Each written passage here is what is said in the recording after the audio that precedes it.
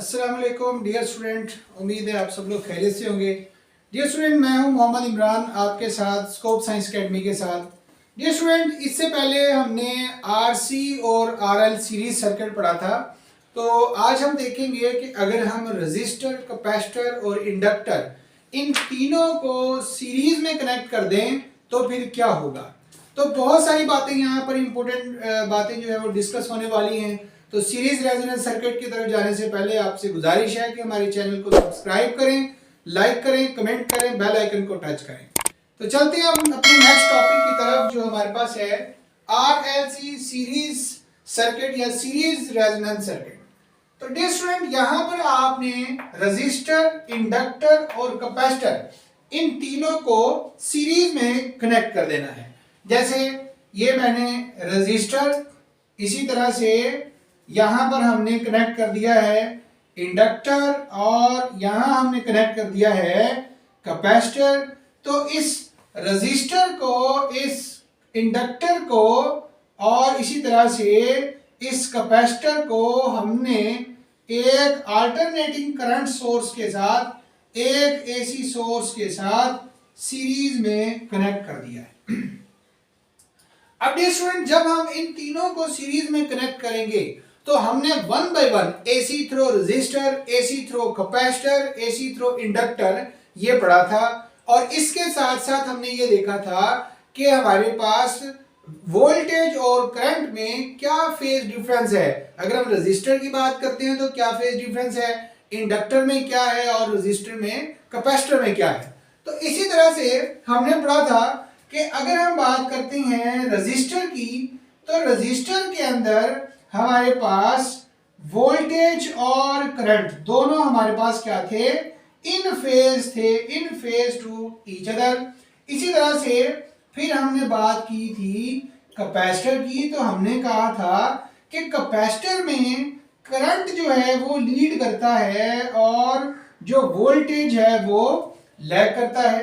इसी तरह से हमने बात की थी इंडक्टर की, और इंडक्टर में हमने कहा था कि वोल्टेज जो है वो लीड करता है और करंट जो है वो लैग करता है। तो ये हमारे पास रेजिस्टर, कैपेसिटर और इंडक्टर, इन तीनों के अंदर हमने जो फेज डिफरेंस था वो स्टडी किया था। अब हम देखते ये हैं कि अगर हमारे पास ये रेजिस्टर, इंडक्टर और कैपेसिटर, इन तीनों को हम एक एसी सोर्स के साथ, एक अल्टरनेटिंग करंट सोर्स के साथ कनेक्ट कर देंगे तो उससे फिर हमारे पास फेज डिफरेंस क्या होगा और कौन सी प्रॉपर्टीज हैं जो सामने आएंगी। तो डियर स्टूडेंट, हमारे पास ये जो अल्टरनेटिंग करंट सोर्स है, हमने ये पढ़ा था कि हमारे पास जो रजिस्टर है, रजिस्टर के अंदर हमने रिलेशन पढ़ा था V is equal to I R. तो हमने कहा था resistor is independent of frequency. Resistor हमारे पास क्या है, ये independent of AC frequency. AC alternating current की फ्रीक्वेंसी पे ये डिपेंड नहीं करता। इसी तरह से हमने जब कैपेसिटर की बात की थी तो कैपेसिटर के अंदर यही रिलेशन हमने पढ़ा था, V is equal to I X C. लेकिन ये जो एक्स सी था ये आपके पास कैपेसिटिव रिएक्टेंस ये था 1/2 पाई एफ सी। तो ये फ्रीक्वेंसी के इनवर्सली प्रोपोर्शनल था। इसी तरह से जब हमने बात की इंडक्टर की, तो इंडक्टर के अंदर हमने कहा कि V is equal to I X L, और ये जो XL था ये भी हमारे पास 2 पाई एफ एल के बराबर था। तो दोनों ही अगर आप देखें तो एक दूसरे के बिल्कुल उलट है। आपके पास कैपेसिटर भी फ्रीक्वेंसी पे डिपेंड कर रहा है और इंडक्टर जो है जिसकी अपोजिशन जो है वो भी फ्रीक्वेंसी पे डिपेंड कर रही है। तो अगर बच्चों हम ग्राफ बनाते हैं, मतलब ये है कि अगर हम ग्राफ बनाते हैं किस किस के दरमियान, हम ग्राफ बनाते हैं करंट के दरमियान और यहां पर हम ग्राफ बनाते हैं फ्रीक्वेंसी के दरमियान। तो फ्रीक्वेंसी और करंट की हम बात कर रहे हैं, तो उसमें हम ये देखेंगे कि हमारे पास लो फ्रीक्वेंसी पे क्या होगा और हाई फ्रीक्वेंसी पे क्या होगा। तो डियर स्टूडेंट, पहले हम बात करते हैं लो फ्रीक्वेंसी। तो यही रिलेशन आपने माइंड में रखना है कि आपके पास जो XC है ये इनवर्सली प्रोपोर्शनल है फ्रीक्वेंसी, और XL जो है ये डायरेक्टली प्रोपोर्शनल है फ्रीक्वेंसी के, और रजिस्टर जो है वो फ्रीक्वेंसी पे डिपेंड नहीं करता। तो पहले हम बात करते हैं लो फ्रीक्वेंसी कि हमने अल्टरनेटिंग करंट सोर्स जो है जो यहाँ RLC के साथ कनेक्ट किया है उसकी फ्रीक्वेंसी क्या है, लो है। अगर हमारे पास फ्रीक्वेंसी लो है, फ्रीक्वेंसी कम है, तो फिर क्या होगा, XL जो है ये लेस देन होगा XC से। XL क्या होगा, XC से लेस देन होगा। सो कैपेसिटर डोमिनेट कर जाएगा cross inductor, capacitor dominate cross capacitor. तो कैपेसिटर इंडक्टर के मुकाबले में डोमिनेट कर जाएगा, और ये जो सर्किट है ये बन जाएगा circuit behave as RC circuit, RC series circuit. तो ये सर्किट हमारे पास क्या बन जाएगा, RC सीरीज सर्किट बन जाएगा। लो फ्रीक्वेंसी पर फ्रीक्वेंसी कम है, कैपेसिटर की अपोजिशन ज्यादा है, फ्रीक्वेंसी कम है तो इंडक्टर की अपोजिशन बहुत कम है, मतलब inductor behave just as a wire. Inductor जो है एक वायर की तरह बिहेव करेगा जब आपके पास लो फ्रीक्वेंसी होगी। लेकिन लो फ्रीक्वेंसी पर कैपेसिटर की अपोजिशन हाई होगी, क्योंकि कैपेसिटर की इंडक्टिव कैपेसिटिव रिएक्टेंस फ्रीक्वेंसी के इनवर्सली प्रोपोर्शनल है। इस हिसाब से आपके पास लो फ्रीक्वेंसी पर XL जो है XC से कम होगा, कैपेसिटर डोमिनेट कर जाएगा, इंडक्टर जो है वो बिहेव करेगा एज अ सिंपल वायर और अपोजिशन ऑफर नहीं करेगा। तो इस केस में आपके पास ये सर्किट बन जाएगा as a RC series circuit, जो पीछे आप लोग पढ़ चुके हैं। इसी तरह से अब हम बात करते हैं हाई फ्रीक्वेंसी की। तो अगर हम बात करते हैं हाई फ्रीक्वेंसी की, अब हाई फ्रीक्वेंसी पे क्या होगा, हाई फ्रीक्वेंसी पर आपके पास फ्रीक्वेंसी ज्यादा होगी, XL ज्यादा होगा, फ्रीक्वेंसी कम होगी, XC कम होगा, मतलब अब आपके पास XC लेस देन होगा XL से। अब आपके पास इंडक्टर डोमिनेट कर जाएगा, इंडक्टर डोमिनेट, इंडक्टर क्या कर जाएगा, इंडक्टर डोमिनेट कर जाएगा, और कैपेसिटर बिहेव करेगा एज अ वायर। जिस तरह से आपने सिंपल वायर लगाई है जिसकी अपोजिशन बहुत कम है, जैसे कि कॉपर वायर है, तो इसी तरह से XC लेस देन हो जाएगा आपके पास XL, इंडक्टर डोमिनेट कर जाएगा, और जो सर्किट बनेगा and circuit behave as RL circuit. तो सर्किट हमारे पास क्या बन जाएगा, एज RL सर्किट बन जाएगा। मतलब ये है कि हाई फ्रीक्वेंसी पर इंडक्टर की इंडक्टिव रिएक्टेंस हाई होगी, कैपेसिटर की कैपेसिटिव रिएक्टेंस लो होगी। तो इसी तरह से आपके पास ये सर्किट बन जाएगा as a RL series circuit, जो कि आप इससे पहले पीछे पढ़ चुके हैं। तो इस तरह से ये सर्किट बिहेव करेगा एज अ लो फ्रीक्वेंसी पर RC और हाई फ्रीक्वेंसी पर RL। अब हम क्या चाहते हैं, हम ये चाहते हैं कैपेसिटर इंडक्टर रेजिस्टर तीनों ही काम करें एक वक्त में। तो हमें फिर इसके लिए कोई इंटरमीडिएट फ्रीक्वेंसी देखनी पड़ेगी। देखें हमारे पास जो इंटरमीडिएट फ्रीक्वेंसी की बात करते हैं, तो लो फ्रीक्वेंसी पर भी आपके पास क्या है, ये दोनों कैपेसिटर और रेजिस्टर यूज हो रहे हैं, और हाई फ्रीक्वेंसी पर रेजिस्टर और इंडक्टर ऑपरेट हो रहे हैं। तो अब हम आते हैं इंटरमीडिएट फ्रीक्वेंसी। अब वो इंटरमीडिएट फ्रीक्वेंसी क्या होगी, उसी को हम रेजोनेंस फ्रीक्वेंसी कहते हैं, और इसी कंडीशन को हम रेजोनेंस कंडीशन का नाम देते हैं। सो एट रेजोनेंस, बल्कि रेजोनेंस की बात करने से पहले हम इनके दरमियान वेक्टर डायग्राम बनाते हैं। देखिए आपने कहा था कि कैपेसिटर में और इंडक्टर में, कैपेसिटर में और इंडक्टर में, इन तीनों में, अब क्योंकि तीनों सीरीज में कनेक्टेड है, तो इसका मतलब voltage across resistor, voltage across inductor, voltage across capacitor, ये क्या हो जाएगा, डिस्ट्रीब्यूट हो जाएगा, और तीनों में करंट हमारे पास सेम होगा। इसके क्रॉस भी आपके पास रूट मीन स्क्वायर करंट, इसके क्रॉस भी और इसके क्रॉस भी। अब हम बात करते हैं रेजिस्टर के अंदर वोल्टेज और जो करंट है हमारे पास, ये दोनों आपस में क्या है, in phase to each other. Okay जी, तो यही आपके पास जो वेक्टर होगा ये रजिस्टर का हो जाएगा। और जो आपके पास कैपेसिटर है, कैपेसिटर में करंट लीड करता है और वोल्टेज जो है वो क्या करता है, लैग करता है। ये VC आ जाएगा आपके पास जो कि IXC के बराबर है। यही वेक्टर आपके पास XC का होगा। इसी तरह से इंडक्टर की अगर हम बात करते हैं तो इंडक्टर में वोल्टेज लीड करता है करंट से, तो यही वेक्टर आपके पास क्या होगा, इंडक्टिव रिएक्टेंस का हो जाएगा।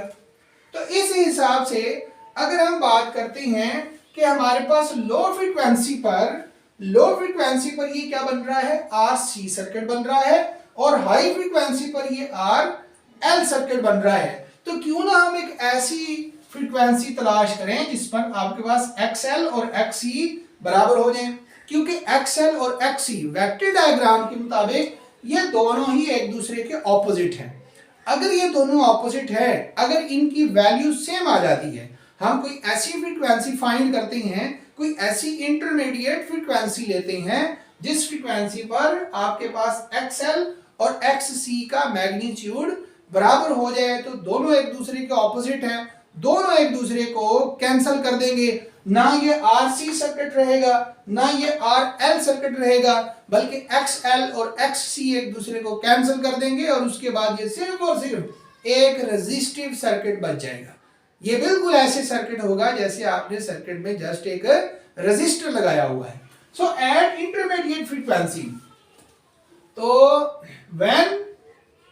जब आपके पास XL XC के बराबर हो जाएगा, when XL is equal to XC, तो इस फ्रीक्वेंसी को हम कहेंगे रेजोनेंस फ्रीक्वेंसी।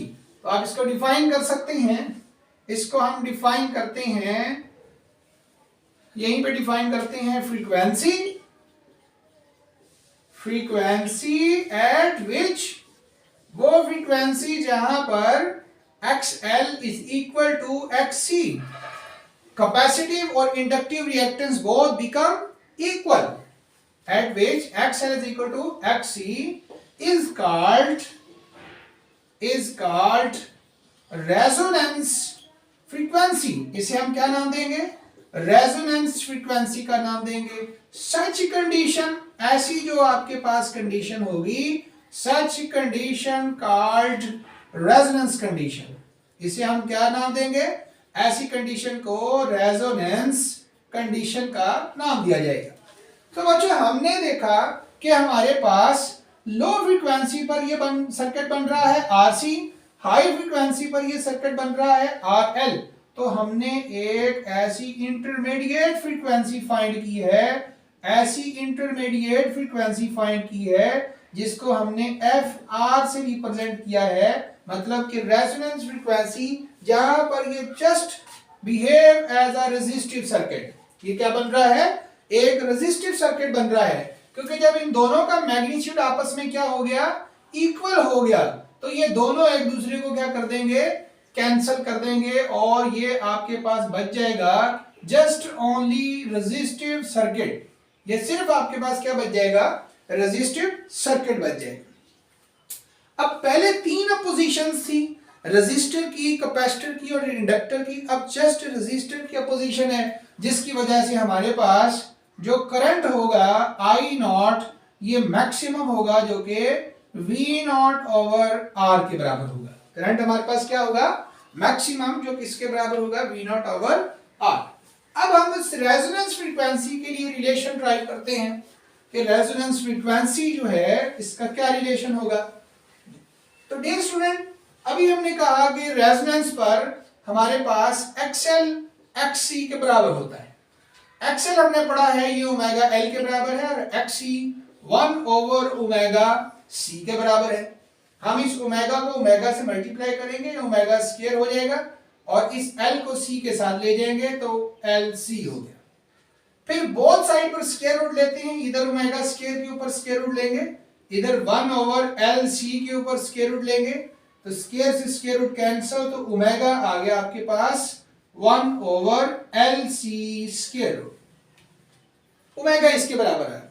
अब क्योंकि जो आपके पास ओमेगा है ये 2 पाई f के बराबर है, तो ओमेगा की बजाय हम लिखते हैं 2 पाई f, f के साथ r लिख दें, तो ये आपके पास 1/LC²। या फिर आप यहां से रेजोनेंस फ्रीक्वेंसी की रिलेशन निकालें, 2 पाई को इधर ले आए तो ये बन गया 1/2π/LC²। तो ये है बच्चों आपके पास रेजोनेंस फ्रीक्वेंसी का रिलेशन। तो इस रिलेशन से आप रेजोनेंस फ्रीक्वेंसी की वैल्यू फाइंड कर सकते हैं। तो ये हमने रेजोनेंस फ्रीक्वेंसी डिटरमाइन कर ली। अब हम रेजोनेंस कंडीशन पर, आपके पास ये रेजोनेंस फ्रीक्वेंसी आ गई। अगला जो हमारा इंपॉर्टेंट पॉइंट है वो ये है कि हमने इसकी प्रॉपर्टीज को देखना है कि हमारे पास इस रेजोनेंस कंडीशन पर ये सर्किट कौन कौन सी प्रॉपर्टीज शो करेगा। तो डियर स्टूडेंट, अब हम आते हैं इसकी प्रॉपर्टीज की तरफ। इसको रेज कर देते हैं। तो सबसे पहली प्रॉपर्टी तो आपके पास ये है कि रेजोनेंस कंडीशन पर एट रेजोनेंस, तो रेजोनेंस पर आपके पास जो रेजोनेंस फ्रीक्वेंसी है वो आपके पास क्या है, that f is equal to 1/2π/LC²। ये आपके पास आ गई रेजोनेंस फ्रीक्वेंसी। अब इसके बाद रेजोनेंस फ्रीक्वेंसी की वैल्यू हमने फाइंड कर ली। अब दूसरे नंबर पर हम बात करते हैं इंपीडेंस की। देखें आपके पास यहां पर जो इंपीडेंस है ये जस्ट सिर्फ और सिर्फ रेजिस्टर की वजह से है। इंपीडेंस रेजिस्टर की वजह से क्यों है? क्योंकि इंडक्टिव रिएक्टेंस और capacitive reactance both cancel each others. दोनों ने एक दूसरे को क्या कर दिया है, कैंसिल कर दिया है। तो आपके पास जो इंपीडेंस है that is equal to R. Only resistive impedance क्या होगा, जस्ट रेजिस्टिव होगा।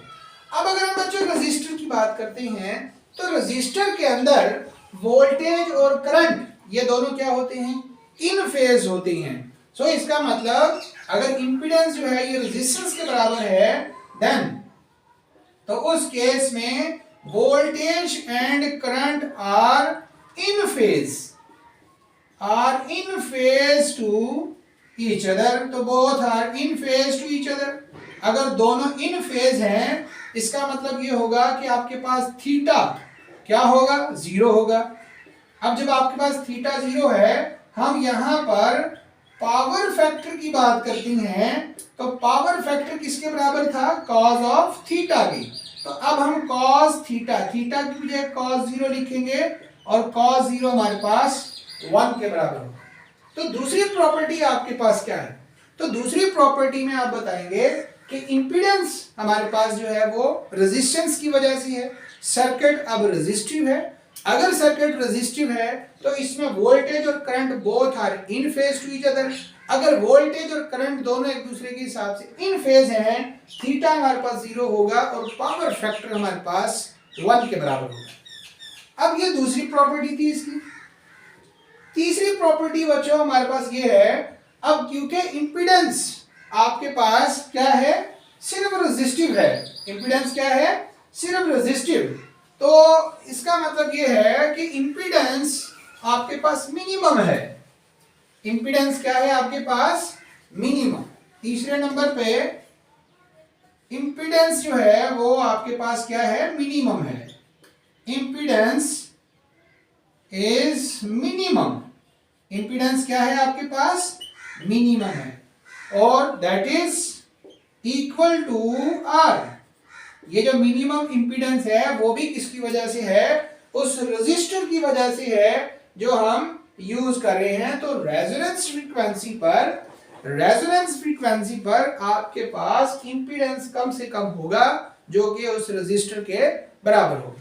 ये हमारे पास थी इसकी तीसरी प्रॉपर्टी। अब चौथी प्रॉपर्टी आपके पास वो ये है कि सोर्स वोल्टेज का एम्पलीट्यूड कांस्टेंट है। फोर्थ नंबर पर as source voltage amplitude is constant. Source voltage का एम्पलीट्यूड क्या है हमारे पास, कांस्टेंट है, जिसको हमने क्या किससे रिप्रेजेंट किया हुआ है, V0 से रिप्रेजेंट किया हुआ है। अगर आपके पास सोर्स वोल्टेज का एम्पलीट्यूड V0 है तो रेजोनेंस फ्रीक्वेंसी पर, रेजोनेंस फ्रीक्वेंसी पर at resonance frequency, at resonance frequency current is maximum, current आपके पास क्या होगा, मैक्सिमम होगा। तो सोर्स वोल्टेज का एम्पलीट्यूड वी नॉट है, करंट आपके पास मैक्सिमम है, और वो मैक्सिमम करंट आई नॉट ये किसके बराबर है, वी नॉट ओवर आर। यहां पर जेड नहीं लिखेंगे क्योंकि अब इंपीडेंस जस्ट जो है वो रेजिस्टेंस की वजह से। तो सोर्स वोल्टेज का अगर एम्पलीट्यूड आपके पास कांस्टेंट है तो इसका मतलब ये होगा कि रेजोनेंस फ्रीक्वेंसी पर करंट मैक्सिमम होगा और मैक्सिमम करंट का amplitude V naught over R के बराबर होगा जो कि आई नॉट है। ये बच्चों आपके पास थी इसकी चौथी प्रॉपर्टी। इसके बाद हम बात करते हैं पांचवी प्रॉपर्टी पे। पांचवी प्रॉपर्टी, अब बच्चों दोनों ही आपके पास कैपेसिटर और inductor, capacitor and inductor both are energy storing devices. Capacitor के अंदर चार्ज स्टोर होने की वजह से पोटेंशियल डिफरेंस बिल्ड होता है, इंडक्टर के अंदर करंट के चेंज होने की वजह से ईएमएफ इंड्यूस होता है जो कि वोल्टेज है। अब आपके पास जो सोर्स वोल्टेज होगा, सोर्स वोल्टेज के मुकाबले में voltage drop across capacitor, voltage drop across inductor ये ग्रेटर होगा। तो पांचवी जो हमारे पास प्रॉपर्टी है वो यही है कि आपके पास जो वोल्टेज ड्रॉप होगा, voltage drop across inductor and capacitor, inductor and capacitor, inductor और कैपेसिटर के क्रॉस जो वोल्टेज ड्रॉप है ये क्या है, ग्रेटर है। किससे ग्रेटर है, greater than source voltage, source voltage. तो वोल्टेज अक्रॉस कैपेसिटर ये भी सोर्स वोल्टेज से ग्रेटर होगा, वोल्टेज ड्रॉप अक्रॉस इंडक्टर ये भी सोर्स वोल्टेज से ग्रेटर होगा। तो क्योंकि दोनों ही आपके पास क्या है, एनर्जी स्टोरिंग डिवाइसेस हैं, इसका मतलब ये है कि वोल्टेज कैपेसिटर में जितना पोटेंशियल डिफरेंस उसमें मौजूद है वो भी ड्रॉप होगा और जो सोर्स वोल्टेज है वो भी ड्रॉप होंगे। इंडक्टर के अंदर जो बैक ईएमएफ की वजह से वोल्टेज इंड्यूस हुआ है वो भी ड्रॉप होगा और सोर्स वोल्टेज वाला भी ड्रॉप होगा। इसीलिए हम कहते हैं कि वोल्टेज अक्रॉस कैपेसिटर और इंडक्टर ये दोनों ही सोर्स वोल्टेज से क्या होंगे, ज्यादा होंगे। तो ये है बच्चों आपके पास आरएलसी सीरीज सर्किट की प्रॉपर्टीज। तो पहली प्रॉपर्टी आपके पास रेजोनेंस फ्रीक्वेंसी आ गई। दूसरी प्रॉपर्टी में आपने कहा कि इंपीडेंस, रेजोनेंस फ्रीक्वेंसी पर इंपीडेंस कम से कम होगी, वोल्टेज करंट इन फेज है, पावर फैक्टर हमारे पास 1 के बराबर होगा। इंपीडेंस मिनिमम है क्यों, और वो किसके बराबर है, वो रेजिस्टर के बराबर है। और सोर्स वोल्टेज का क्योंकि एम्पलीट्यूड हमारे पास कांस्टेंट है जो कि वी नॉट के बराबर है, इसी हिसाब से जो आपके पास रेजोनेंस फ्रीक्वेंसी पर मैक्सिमम करंट होगा वो वी नॉट ओवर आर के बराबर होगा। क्योंकि दोनों के अंदर ही वोल्टेज मौजूद होते हैं, कैपेसिटर भी पोटेंशियल डिफरेंस की वजह से चार्ज प्रोड्यूस होते हैं, उसमें चार्ज स्टोर होने की वजह से पोटेंशियल डिफरेंस प्रोड्यूस होता है, और इंडक्टर के अंदर भी करंट के चेंज होने की वजह से ईएमएफ इंड्यूस होता है। तो दोनों के में मौजूद होता है वोल्टेज, इसीलिए दोनों के क्रॉस जो वोल्टेज ड्रॉप है वो सोर्स वोल्टेज से ज्यादा होता है। तो डियर स्टूडेंट ये था हमारे पास आरएलसी सीरीज सर्किट या सीरीज रेजोनेंस सर्किट। इसके बाद इंशाल्लाह हम पैरेलल रेजोनेंस सर्किट के बारे में पढ़ेंगे। तो आज के लिए इतना ही काफी, बहुत शुक्रिया, अल्लाह हाफिज।